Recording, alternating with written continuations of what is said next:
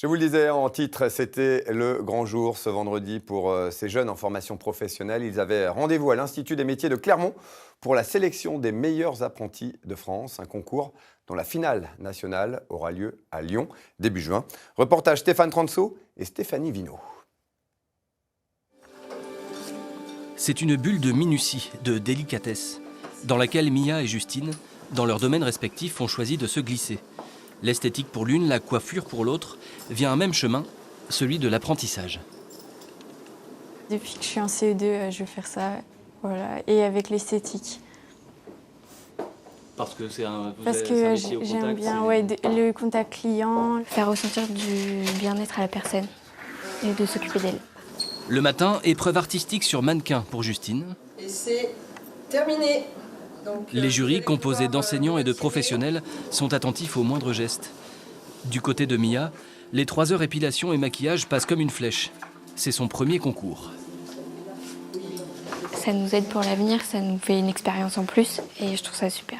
On recherche un peu les perles, si vous voulez, parce que les jeunes femmes qui sont là, elles veulent un peu se démarquer. Donc oui, on recherche ce profil. Il y a à la fois le savoir-faire, mais aussi la motivation, c'est ça qui est important. Très important. La motivation, je crois que c'est la base de notre métier pour bien le faire. 130 métiers sont représentés pour ce concours.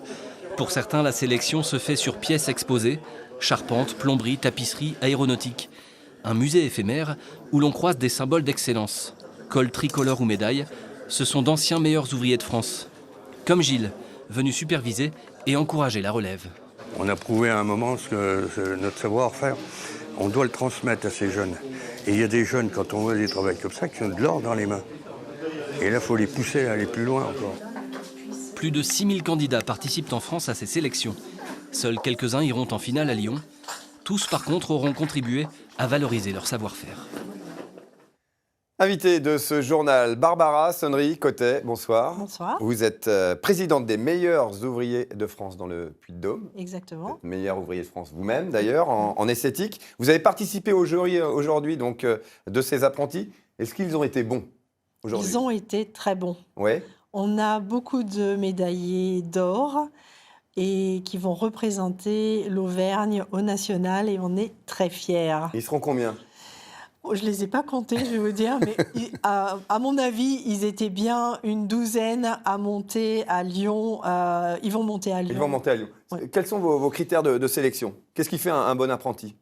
Un bon apprenti ou un bon meilleur apprenti de France? Ah, voilà, un meilleur apprenti de France, si vous voulez. Ouais.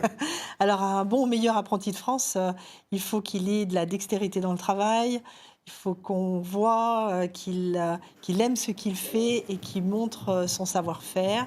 Souvent, ils sont accompagnés par des formateurs et on peut aussi retrouver la marque des formateurs derrière et souvent peut-être aussi des meilleurs ouvriers de France. Ça compte sur un CV, une participation aux meilleurs apprentis de France? Tout à fait, ça compte. Je pense que quand un employeur voit que le jeune a ne serait-ce que concouru, pas forcément à gagner, mais ne serait-ce que d'avoir concouru, c'est très important parce que ça prouve qu'on aime son métier et qu'on est prêt à se frotter finalement à d'autres jeunes à de la compétition profession. également. Hein. Ouais. La consécration suprême, c'est votre col tricolore, celui ce qu'on appelle plus simplement le MOF.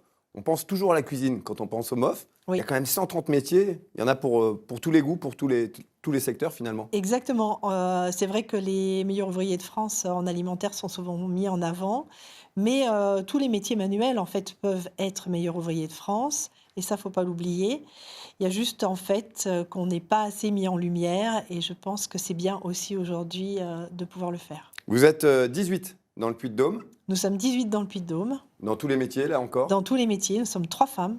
3 femmes et 15 hommes, dont Stéphane Chanteloube. Exactement. Meilleur fleuriste, ouvrier de France. Meilleur ouvrier de France, fleuriste, on le dit dans ce sens-là. C'est ça. Qui inaugure ce soir son local, Oui. rue Fongiave. C'est plus facile quand on est bœuf, quand on est MOF, pardon, qu'on démarche les banques et le reste? Je pense que oui. On a un petit peu plus d'assurance, forcément, c'est important. C'est important. Très bien. Et, je vais vous libérer d'ailleurs, juste, parce que je vous voudrais- avez rendez-vous à cette inauguration. Oui, c'est je ça voudrais juste rajouter qu'au mois de juin, on a le centenaire des meilleurs ouvriers de France, en même temps que la compétition des meilleurs apprentis de France à Lyon. Et On ça suivra va être ça. un gros événement. Très bien. Voilà. Merci Barbara d'avoir Merci à accepté notre invitation. On va